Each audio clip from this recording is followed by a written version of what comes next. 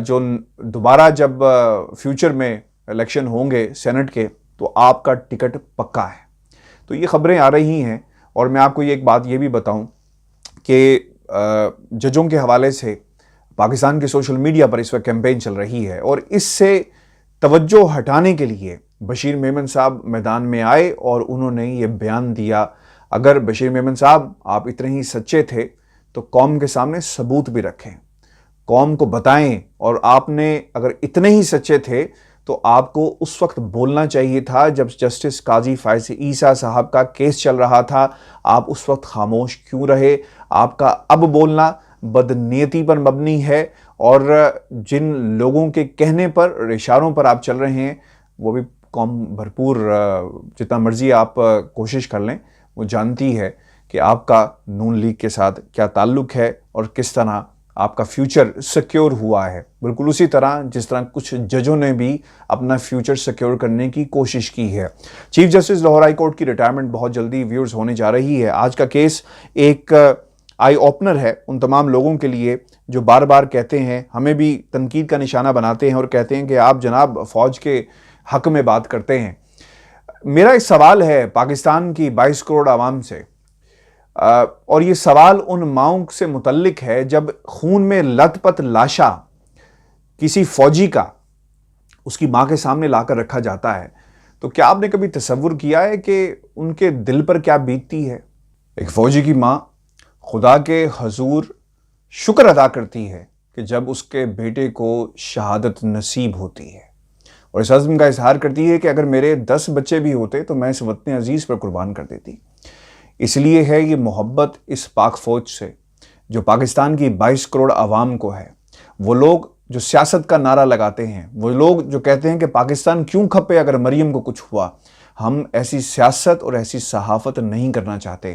Viewers, اس لیے محبت ہے اس پاک فوج سے چونکہ سرحدوں کی حفاظت فوجی کرتا ہے، سیاستدان نہیں کرتا. سیاستدان صرف سیاست کرتا ہے کہ کس طرح کرپشن کے پیسے کو بچانا ہے، کس طرح کرپشن کے سے بنائے گئے محلات میں رہنا ہے، کس طرح بھاگنا ہے، کس طرح لوگوں کو مجبور کر کے چھوڑ جانا ہے. یہ حقیقت ہے ان سیاستدانوں کی. آج chief justice Lahore high court justice Qasim Khan کے ریمارکس نے واضح کر دیا کہ ہمارا ملک کس طرف جا رہا ہے. اور پہلے لوگ یہ کہتے تھے کہ شاید مارشل لا سے ملک کو خطرہ ہو سکتا ہے، جمہوریت کو خطرہ ہو سکتا ہے، لیکن اب ملک کے اندر جوڈیشل مارشل لا اگر یہ کہوں کہ لگ چکا ہے تو غلط نہ ہوگا. آج کے ریمارکس کیا تھے آپ کے سامنے ہم رکھ دیتے ہیں. یہ کیس جس میں یہ ریمارکس دیے گئے، اوقاف کی زمین پر ڈی ایچ اے کے قبضے کے خلاف یہ سماعت ہو رہی تھی. پاکستان کے میڈیا نے اسے کوٹ نہیں کیا فار دی آبویس ریزنز. کیا کہا گیا چیف جسٹس قاسم خان کی طرف سے؟ میں آپ کے سامنے رکھتا ہوں. آپ پولیس کی بات کر رہے ہیں.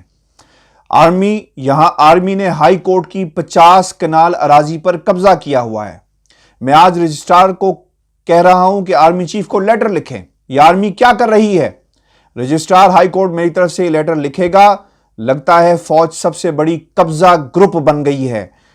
کل کور کمانڈر اور ڈی ایچ اے کو بلا لیتا ہوں. یہ معاملہ رسا گیری کی قسم ہے. فوج کا کام قبضہ گیری ہے. چیف جسٹس قاسم خان کا استفسار میں کور کمانڈر لاہور کو کل طلب کر لیتا ہوں. فوج نے جگہ گیری بنائی ہوئی ہے. فوج کا کام قبضہ کرنا نہیں ہے. میرے منہ سے فوج سے متعلق جملہ غلط نہیں نکلا. اللہ تعالیٰ نے میرے منہ سے سچ بلوایا ہے. آرمی کی جانب سے اراضی پر قبضہ کرنا رساگیری کی ایک قسم ہے. اراضی سے متعلق مخالف کا تعلق آرمی سے ہے اور وہاں سے جواب نہیں آتا. درخواست گزار، مجھے بطور جج 11 سال ہو گئے. کسی کی جرت نہیں کہ آج تک مجھے جواب نہ جمع کروائے. مجھے جواب منگوانا آتا ہے اور یہ صرف 2 دن کا کام ہے. چیف جسٹس قاسم خان نے ڈی ایچ اے کے بریگیڈیئر ستی کو پھر طلب کیا اور بریگیڈیئر ستی اپنے سٹارز اتار کر عدالت میں پیش ہوں. بریگیڈیئرز کو یہیں سے جیل بھجوا دوں گا. ڈی ایچ اے لاہور اور سی سی پی او لاہور کو بلوا لیں آج اور ابھی. چیف جسٹس قاسم خان، وردی قوم کی سروس کے لیے ہے، بادشاہت کے لیے نہیں. آپ لوگ قبضہ گروپ بنے ہوئے ہیں. چیف جسٹس کا ڈی ایچ اے کے وکیل سے مکالمہ لوٹ کر کھا گئے آپ لوگ. چیف جسٹس برہم ہوئے. Chief justice Lahore high court نے یہ بھی کہا کہ administrator D H A brigadier Satti کو طلب انہوں نے بعد میں کیا، اور بریگیڈیئر صاحب کو کہیں کہ اپنے سٹارز اور اپنی کیپ اتار کر آئیں، یہ دوبارہ میں آپ کے سامنے پڑھ رہا ہوں، اور ادھر سے انہیں جیل بھیج دوں گا۔ سی سی پی او کو کہیں کہ اگر پانی ہے تو خود آ جائیں ورنہ آئی جی آئے، ویسے تو آئی جی میں بھی پانی نہیں ہے۔ اور پھر اس کے بعد سماعت ملتوی ہوئی۔ یہ وہاں پر آج سب کچھ ویورز ہوتا رہا، اور میں آپ کو آگے بھی پڑھ کے سنا دیتا ہوں کہ وہاں پر مزید کیا کہا۔ بریگیڈیئر ستی اسلام آباد سپریم کورٹ میں مصروف ہیں، وکیل ڈی ایچ اے کل میں دوبارہ آ رہا ہوں، جتنی کوٹھیاں قبضہ کی ہیں زمین پر بنی ہیں سب گرا دوں گا۔ چیف جسٹس نے یہ بھی کہا کہ اس بریگیڈیئر کو کہہ دیں کہ صبح ریکارڈ لے کر آ جائے، آرمی والے ملک کے ساتھ کھلواڑ چھوڑ دیں۔ سی سی پی او اور صاحب ڈی ایچ اے نے اندھیر نگری مچائی ہوئی ہے، اگر ان سے ڈرنا ہے تو نوکری چھوڑ دیں۔ صرف آرمی کے لوگ اقتدار پر قابض رہے ہیں اور اپنے مرضی کے قانون بناتے رہے ہیں، اس لیے ان کو کوئی نہیں پوچھتا۔ اور اس کے بعد انہوں نے یہ بھی کہا کہ انتظامیہ کے خلاف ہر آنے والی درخواست پر سی سی پی او اور لاہور کو مقدمہ درج کرنے کا حکم میں دیتا ہوں، اور پراپرٹی پر قبضہ کر کے بیٹھے ہوئے ہیں۔ آرمی کی وردی پہننے کا مطلب یہ نہیں کہ لوگوں کی جائیدادوں پر قبضے کر لیے جائیں، جب دل کرتا ہے 4 سپاہیوں کو لے جا کر اراضی پر قبضہ کر لیتے ہیں۔ فوج ریٹائرڈ افسران کے لیے زیادہ ویلفیئر ہے، پولیس کے لیے کیوں نہیں؟ کیا آرمی کے ساتھ پولیس، ججز، وکلاء اور دیگر اداروں کی قربانیاں نہیں ہیں؟ آرمی ایسا ادارہ ہے جس نے ہائی کورٹ کی 50 کنال کی زمین پر قبضہ کیا ہوا ہے۔ ڈی ایچ اے انتظامیہ کے خلاف رجسٹرار کی مدعیت پر مقدمہ درج کریں، جتنے بڑے ہیں، قانون سب کے لیے برابر ہے۔ وردی والے کرائم کر کے بچ نہیں سکتے، پولیس کی وردی میں ہوں یا فوج کی وردی میں۔ چیف جسٹس قاسم خان نے کمشنر اور ڈی سی او کو بھی کل طلب کر لیا۔ میں نے 11 سال بطور جج فرائض سر انجام دیے اور کسی سے نہیں ڈرتا، اس ملک کو تماشا بنا دیا ہے، آرڈر کی کاپی مل جائے تو بہتر ہوگا، یہ کہا ڈی ایچ اے کے وکیل نے۔ اور اس پر انہوں نے چیف جسٹس کا یہ کہنا تھا کہ جناب اس کو آرڈر ہی سمجھیں، آپ اتنے بھی بچے نہیں ہیں۔ ویورز، یہ ہماری عدالت ہے پاکستان کی۔ آج انہوں نے فوج جیسے ادارے کے حوالے سے کیا کیا کہا وہ پوری قوم کے سامنے ہے۔ میں یہ سوال کرتا ہوں، سچ کہوں گا، سچ کے سوا کچھ نہیں کہوں گا۔ کچھ لوگ ہمیں دھمکاتے بھی ہیں کہ آپ لندن بیٹھے ہیں تو یہ مت سمجھیں کہ عدالتیں آپ کو پوچھ نہیں سکتی۔ جو کچھ میں نے یہاں پر پڑھا یہ chief justice Lahore high court نے کہا تھا۔ پاکستان کی 22 کروڑ عوام ویورز یہ پوچھ رہی ہے، سوال کر رہی ہے پاکستان کی اعلیٰ عدلیہ سے کہ کیا کسی جج سے یہ نہیں پوچھا جا سکتا کہ یہ پیسے کہاں سے آئے اور اس کا منی ٹریل کیا ہے؟ لیکن آپ باقی اداروں سے اور پاکستان کی 22 کروڑ عوام سے یہ ضرور پوچھ سکتے ہیں۔ تو اب پاکستان کی عدلیہ کا کیا معیار ہے، اور کیا ہم جوڈیشل مارشل لا کی طرف نہیں جا رہے؟ تو یہ اور کیا ہے؟ ہمیں میری کسی سے بات ہو رہی تھی اور اس نے بڑی ایک اچھی بات کہی۔ اس نے کہا کہ جب تم ترازو دیکھو، جہاں پر ترازو دیکھو تو سمجھ جاؤ کہ یہاں پہ لین دین ہو رہا ہے۔ اور پاکستان کا عدالتی نظام کچھ ایسا ہی ہے، ہمیں انصاف ہوتا ہوا نظر نہیں آ رہا۔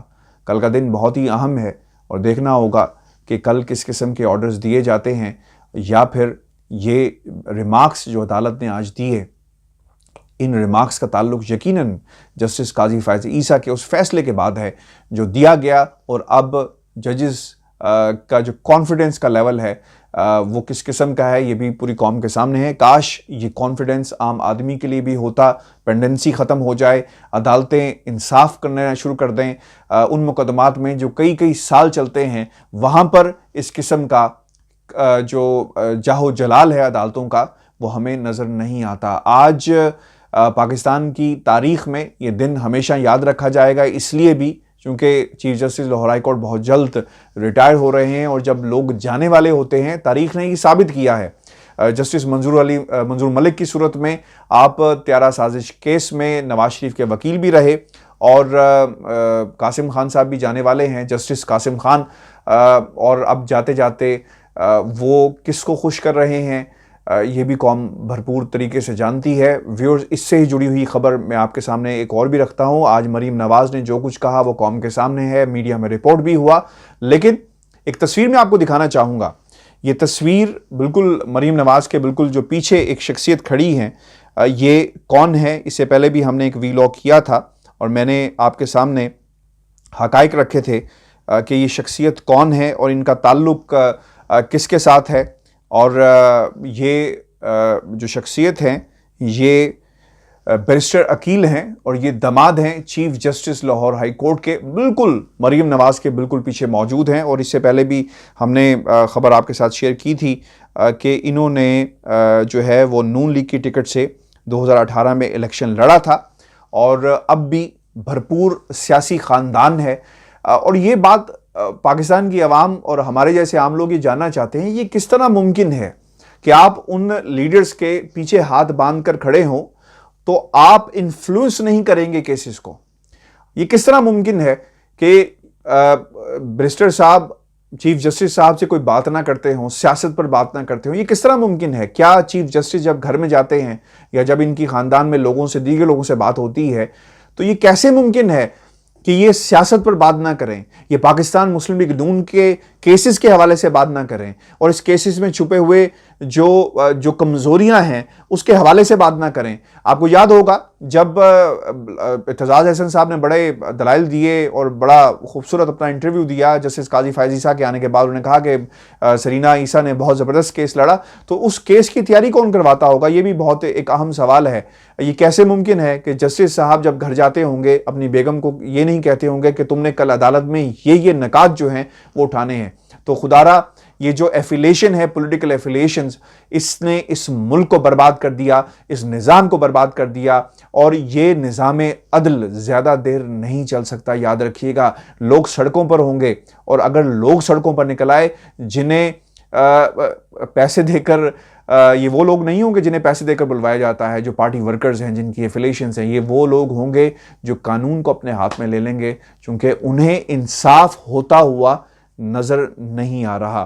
یاد رکھیے گا ان چہروں کو جو مریم نواز کے پیچھے کھڑے ہیں مؤدب انداز میں ہاتھ باندھ کر، ان کا کیا مقام ہے پاکستان کی سیاست میں؟ جسٹس منظور ملک صاحب ہوں، chief justice Lahore high court ہوں، بیرسٹر عقیل ہوں، یا ان جیسے کئی اور لوگ ہوں، یا پھر بشیر میمن جیسے کردار ہوں جنہیں وقت آنے پر استعمال کیا جاتا ہے پارٹی ٹکٹ کی شکل میں، سینٹ ٹکٹ کی شکل میں، وعدے وفا کیے جاتے ہیں، کچھ نہ کچھ لالی پاپ دیا جاتا ہے۔ ویورز، یہ ہمارا آج کا شو تھا۔ اپنے کمنٹس ہمیں ضرور بھیجیے گا، اور اگلا شو ہمارا جو پروگرام ہوگا وہ آخری شو ہوگا شہین صباحی صاحب کے ساتھ، اور وہاں پر بھی ہم کچھ انتہائی اہم نکات آپ کے سامنے رکھیں گے، کیونکہ جو ملاقات ہوئی آرمی چیف کی کچھ صحافیوں سے، وہ ملاقات بہت امپورٹنٹ تھی، اور اس پر ہم آپ کو اپنا تجزیہ اور جو ہمارے پاس خبر ہے وہ آپ کے ساتھ شیئر کریں گے۔ مجھے اجازت دیجیے، اللہ نے کے بعد۔